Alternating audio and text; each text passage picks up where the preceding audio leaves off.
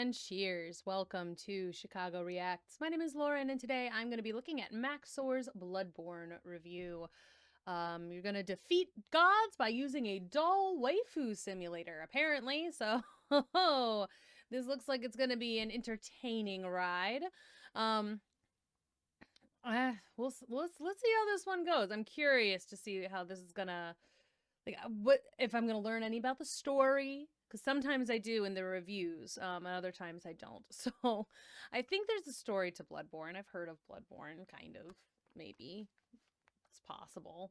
Also, a lot of these games, often they have very similar sounding names, and I think I've heard of one, but it turns out I haven't.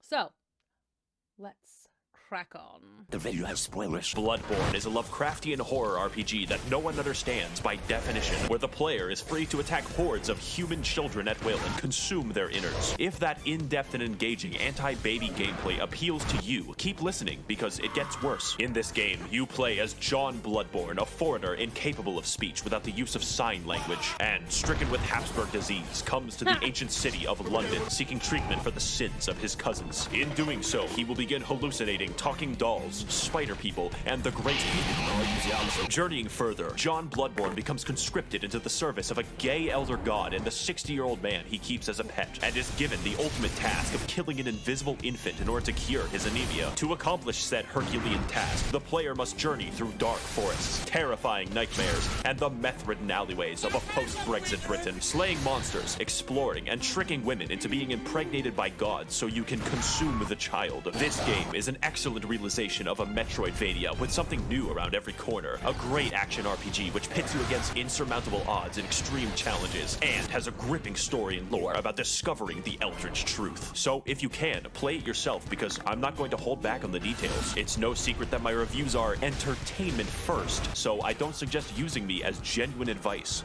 Okay. This is the first time I think I've ever seen a disclaimer on a Max0r video. However, most people can't play this game, ever, because you have to buy a $400 magical box sold by the wizard Sony in order to experience it, and even then you get to see it in an amazing 30 frames per second with no anti-aliasing. Port this game to PC, I beg of you. In fact, I can assume that a lot of people watching this video will basically never play the game, but keep watching because I'm hilarious and original. Do that, and I can give you the full, unfiltered, uncensored, unsubstantiated, and unsportsmanlike experience that is Bloodborne.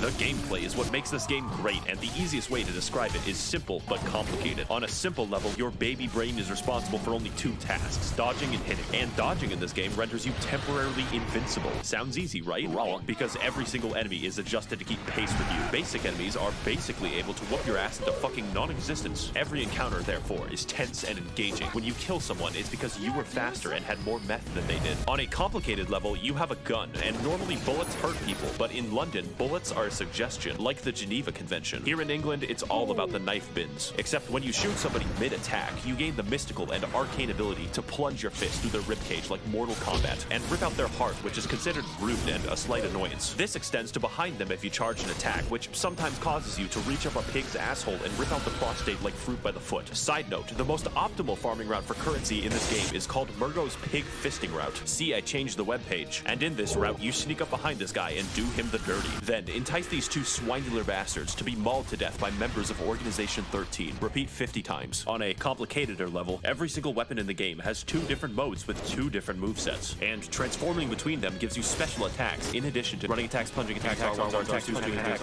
On a theoretical physicist level, your character memorizes squiggly lines and fridge art created by gods for passive bonuses that work regardless of weaponry. My favorites are more money, and more money they stack. Finally, on a meta-theoretical chiropractic level, every weapon is customizable with different gem slots that give differing effects for your attacks. And oh my god. There's so much. Why is there so much? Oh, the amount of time that would have to go into this. I do not have time to learn that kind of thing. That's a lie. I fully have time to learn this sort of game. I won't. There are different types that can literally change all of the stats of the weapon, like making a fucking spear do more damage based off of intelligence. There's definitely more and a lot of strategy in how you level up your character, but I assume that you know how to level up in a fucking video game. But with all this combat prowess, you may be wondering, Max0r, who are these crusty abominations that you're fighting on screen? He gives me a lot of credit. He gives me a lot of credit for knowing how to level up in a video game. My guess is grind until you don't die. Well, to learn that much, we're going to have to delve into the lore. So buckle your britches, bitches, because this shit is wild. If I say something questionable, just accept it as fact. I can be trusted. 60 years ago, 20 rowdy college students took their education extremely seriously because they found woman Cthulhu. She was just in a portable toilet downstairs. Also, because they were bored, they beat to death a god of the sea with some bats, but that's a story for later. It turns out the entire world is ruled and created by a race of elder gods beyond human comprehension called the Great Ones. Figuring this out, they got Cthulhu's blood and were like, we can make a religion out of this. Because it turns out the blood can heal people, which is really good due to all the... That was good. I'll have a little drink for reference.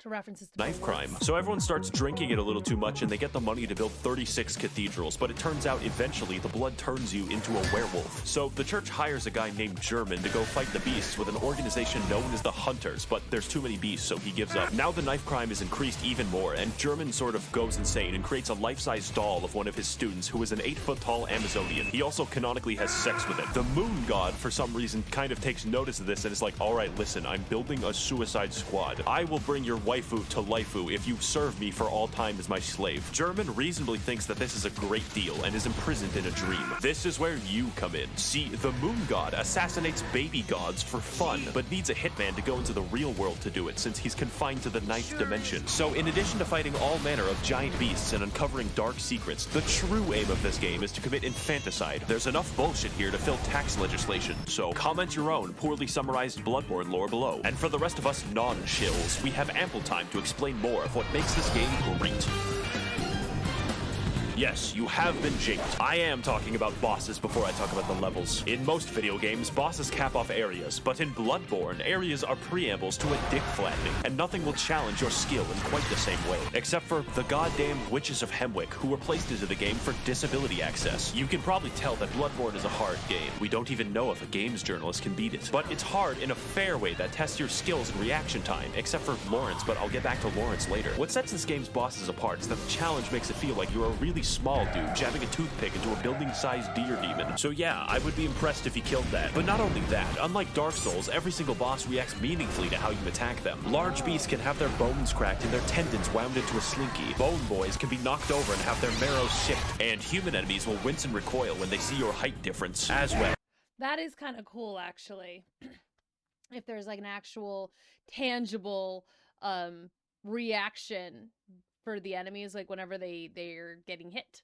I do appreciate that, and it doesn't look like they're just soaking up all the damage. It's like, no, okay, I can see that I've actually had an impact on you. I do like that. Every boss punishes you for cowardice and actively discourages backpedaling with their forward momentum, causing every fight to be an elaborate dance with a thrilling back and forth. Unless you're fighting Rom, who is the really hungry caterpillar if he had a legion of arachnid slaves who threw their heads underground like ostriches. We don't talk about him. And while we're on the subject of bad bosses, this motherfucker, let me tell you something, the humanoid bosses in this game are paradoxically the most dangerous. But Mikolash is a psychological hazard that will hurt you personally. This boss literally feels like cut content because the fight centers around chasing him, and his direction depends on RNG, making him an actual speedrun killer. When you corner him, he uses one attack, and then you chase him again, where he gains the power to insta-kill you. God forbid you're hit by it, because that's 10 minutes gone. Here's a tip. Save up 10 poison knives and steal from your family if you must. Then wait until he jumps down this hole, poison him repeatedly, and watch him spaz the fuck out until death. You will thank me. But as a result of everyone who isn't Miko shit, conquering a boss in this game is absolutely rewarding on a level that other games cannot match. It's only because the odds are stacked against you in ways that don't feel bullshit most of the time that conquering them is the main reason I play, and their fights are undoubtedly the best I've ever done in video games. But that isn't most of the time in the game. In fact, a lot of your time is spent exploring the areas, so let's get into that. Lesson 1 in area.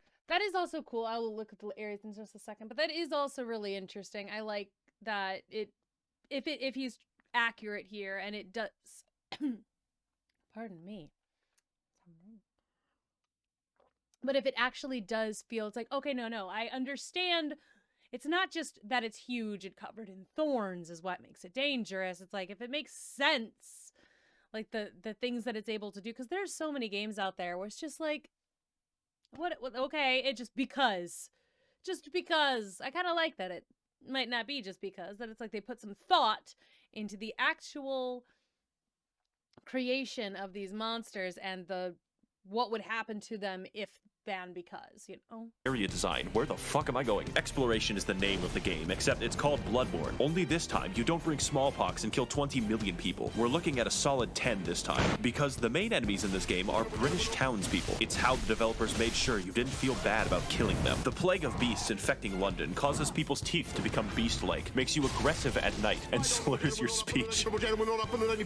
So it's up to you to stop them, as a hunter should. If you don't look up where to go next in this game, good fucking luck. People get lost all the time. Get used to it. This game doesn't do exploration like, oh look, there's loot in this hallway. My dopamine's gonna go crazy. That's baby shit. This is daddy's exploration, where you find a route back to a place you were in 10 hours ago. And I hope you weren't expecting a mini-map, or any map. Every single hallway is a rabbit hole of discovery, and your hand isn't held. Case in point, Cathedral Ward is a level, but feels like a hub area because it connects to fucking everything. And where you start the game is in the middle of a loop-de-loop involving torturous experimentation. Just look at the fucking map of this game. Everything overlaps. And yes, there is a level called Nightmare Lecture Hall, and no, it does not connect to the Altar of Despair, although you would think that. Fittingly, the Lecture Hall is the smallest area, and more fittingly, 90% of the combat is graduates throwing cum at you. The game also has 2 completely secret areas that you would not find without the internet. I would tell you how to enter, but I don't want to do calculus. And what you get at the end? Upper Cathedral Ward is legitimately a horror area in a game loved for its combat, because it's filled with enemies who act out my greatest fears. Stealing currency permanently gives me fucking chills every time I talk about it. Castle Canehurst is proof that From Software hates us all, since the best area in the entire game requires you to go to the Field of Corn in Ohio and trek down Waldo. But it's worth it to invade the house of that parasitic queen dwelling in her demented castle, so that she may feel the wrath of the proletariat. All we have to do is kill Prince Philip, who guards the way as an eternal lich. On top of this, there are numerous NPCs and NPC quest lines spread throughout the world, all with a series of interactions with each other depending on location and timing. For instance, you could direct nuns, prostitutes, and Prince Philip to a church run by a lonely black sludge, then perform enough blood transfusions to send the nun into a yandere rage. Or you could direct them to the nice woman who runs the clinic down the street, who only wants to help and assist others. Then take a strange path through the forest and into her clinic to discover that she has been experimenting on all of them in order to create the Blue Man Group. And if you want, you can take the umbilical cord away from her schizophrenic ass and eat it. The sky's the limit in Bloodborne questlines. And you know what my favorite questline is? The one where you descend into literal hell, complete with eternal punishment, insanity, and femboy fishing, the scariest of them all. I'm of course talking about the DLC, the only DLC for this game. And if you play through Bloodborne, you have to play through the DLC. I'm not giving you a fucking choice. So to learn why, you should play the best expansion ever made since Spore Galactic Adventures. Jungles. Come with me on this amazing journey to find the secrets of the Bloodborne, the Old Hunters. I want you to imagine hell. Now imagine hell written by H.P. Lovecraft. It would be filled with squids, immigrants, and air conditioning. This DLC has none of that except the squids. For you see, those college kids from the lore section of the video were built fucking different. They experimented on an entire village and possibly beat up a god of the sea so fucking bad that her consciousness in the 9th dimension died. We spent an entire game killing an infant, and these guys somehow killed the MILF god. But anyways, in the process of this, it cursed them and all of the hunters to be doomed to a hell upon death, where they will hunt in a bloodthirsty rage without rest for all eternity, indistinguishable from a political subreddit. Case in point, this is Ludwig. He's the first boss of the DLC and has a reputation for causing refunds. Not because he's bad, but because he's too good for you. The first phase is as difficult for me as realizing that Golden Corral is not actually a real corral. But like every restaurant except Golden Corral, the rewards at the end are delicious because his second phase is even harder. Now, I'm not going to lie, this DLC has 4 bosses and 3 of the hardest bosses I have ever fought in any video game ever. So your ass will be clenched the entire time, and the fact that he's the 3rd hardest is fucking concerning. Some people tell me, Max0r, your videos have gotten me through tough times because they made me laugh. But like this boss, you are the one. We drink when there's a nostalgia critic. That's one of the rules that we're gonna keep. We're not doing all the rules today because there's a lot of Max0r rules. But nostalgia critic is one I'll always drink for. But good lord, I mean this. I mean, his videos are always chaotic. Either this one is almost less chaotic, or I'm just getting used to it. I'm like, I can actually kind of follow along, and I'm seeing stuff that I like didn't usually see, which is, you know, good for me. I'm learning. But wow. I mean, you have to play the DLC. I believe if you liked the game, you play the DLC. It's almost always like worth it. But all right, it's cool to know that like the lore of this game, like, you know, kind of what's going on, but you don't find out more like about the beginnings of it until you play the DLC. I kind of like that. That's a good way to do it. But good lord. There's a lot in this. Who is truly overcoming these challenges, and I believe in your ability to beat both of them.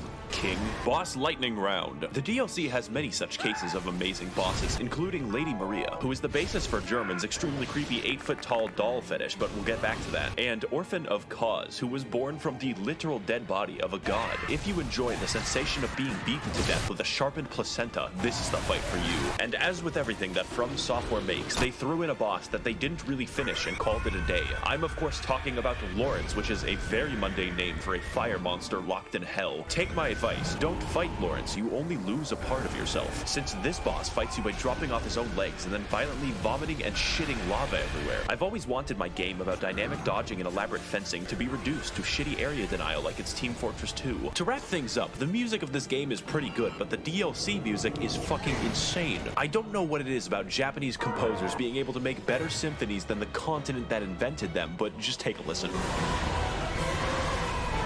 Holy shit, I'm alive right now. Have you ever thought, as I do, that this game is just too good? That you would really rather be playing a shittier version of the game, such as the engagement of the Chalice Dungeons? I, of course, jest. They're fine, probably, except for half of them, because Bloodborne has an optional system of infinite dungeon generation for all of those who wish to break free of the shackles of good level design. Let's talk about how, and more importantly, why.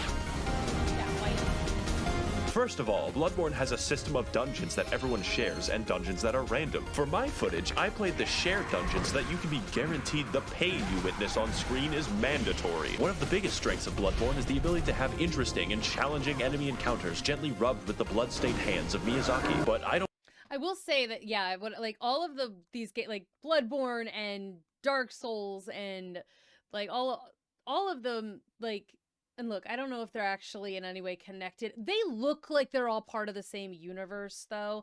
Like, the monsters all look very similar in, you know, they're very different and very creepy kind of ways, but, like, it's a similar vibe for all of them, and I'm still not sure if they're actually, like, connected in any kind of way. I don't think so, but, like, the look would I could not look at Bloodborne versus Dark Souls and be able to tell what I'm looking at. I'm like, oh, it's one of those you just bounce around and roll around the boss fight. Like, that's the boss fight, is you're rolling around on the ground a lot. Like, that's what I would get. So, but I will say the monsters and the backgrounds and everything, all, even if they're similar to each other, they're absolutely mind-blowing.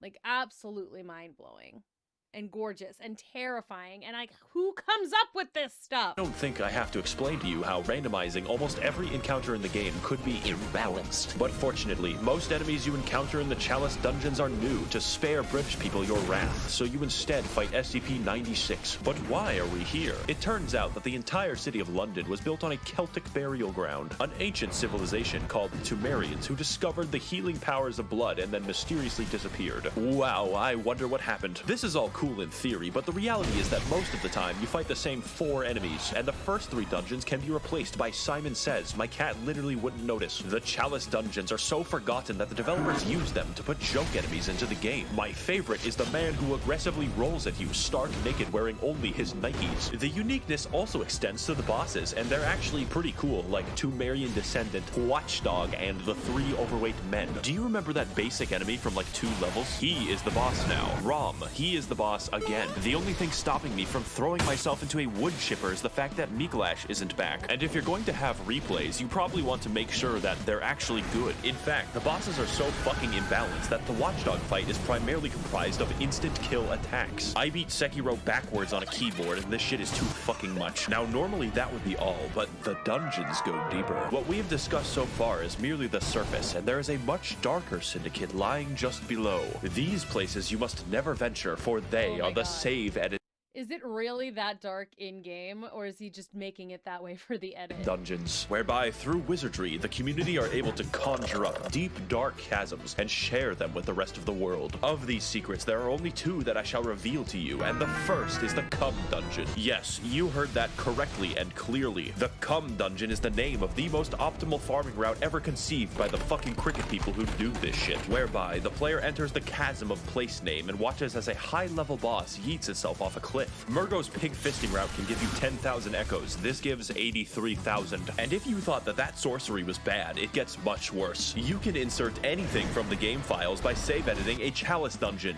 Anything. This includes cut and unfinished content from the game that the developers forgot to delete, like this doggo who attacks you with invisible lightning. Overall, the chalice dungeons are bad. They're not actually very fun to play, and yet I love them. Everyone loves them because they allow us to further explore a long-dead game with the help of a passionate community. Now, before we sign off, I know what you're thinking. Max0r, what about the multiplayer? That I would love to talk about with all the footage I have, but it's dead. If this game releases on PC, and it better, then I will talk about the multiplayer extensively. And finally, this game and this video would not be complete if I didn't talk about the Hunter's Dream. After all the combat, the battles, and the difficulty of this game, it's nice to have a place to recharge, purchase items, upgrade weapons, and watch as it violently burns to the ground. This is where you'll find German slowly wasting away as his soul remains captive for an eternity, and his doll waifu that he sold his existence to be with. She talks to you, levels you up, offers you advice, and German says you're allowed to have sex with her. When I fell down and felt defeated, she was there to pick me up. When I emoted at her randomly, she pretended to be impressed. And she was there, graciously standing in the background of this one shot that I took of myself. She is our waifu now, and the game is perfect and complete because she is in it. Now excuse me as I engage in the supplementary lore material. Should you get the game, yes, absolutely, I am biased. In fact, you should physically enter Sony's headquarters and demand that it be ported to PC. I will be right there with you. Tasers will not stop me. I would like to thank the corrupt hackers and politicians funneling money into this channel directly from the taxpayer. If you would like to contribute your funds accrued through extensive federal government corruption, you can head to my Patreon to learn more. I would also like to thank the kind denizens of the Mythbusters Smut Discord who sent me half the memes in this video. And as always, thank you for watching.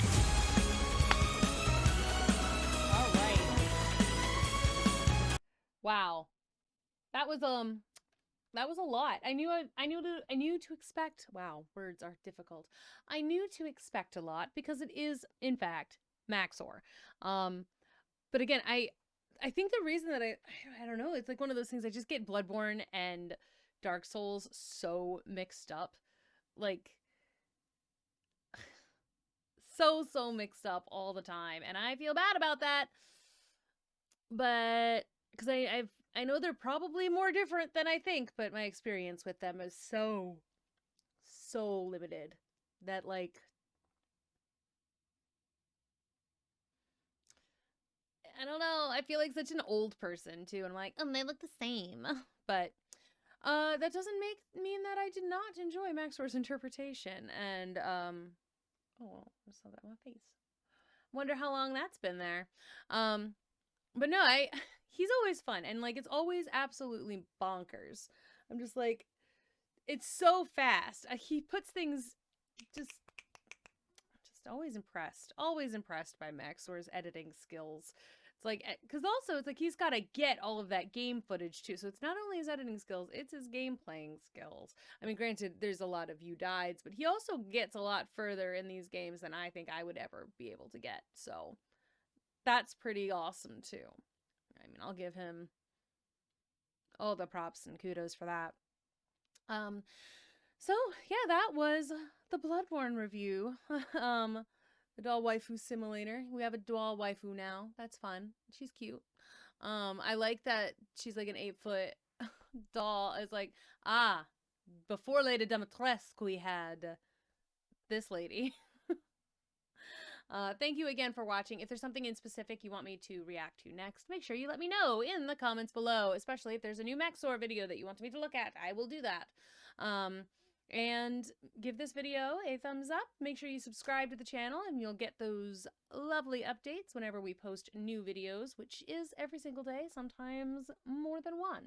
So, you know, what harm can it do for you to subscribe to the channel? We'd appreciate it very much, and it would help us get to our goal of 100,000 subscribers. And if you can help us out to even just a little bit more and become a patron, we'd also appreciate that. You do get some extra content there. You can get early stuff. You can get anime videos that are released early and uncut. And all for you. Could participate in polls. Your suggestions kind of go to the top of the pile. All sorts of good stuff if you're a patron. So thanks again for watching. I will see you in the next one. Until then.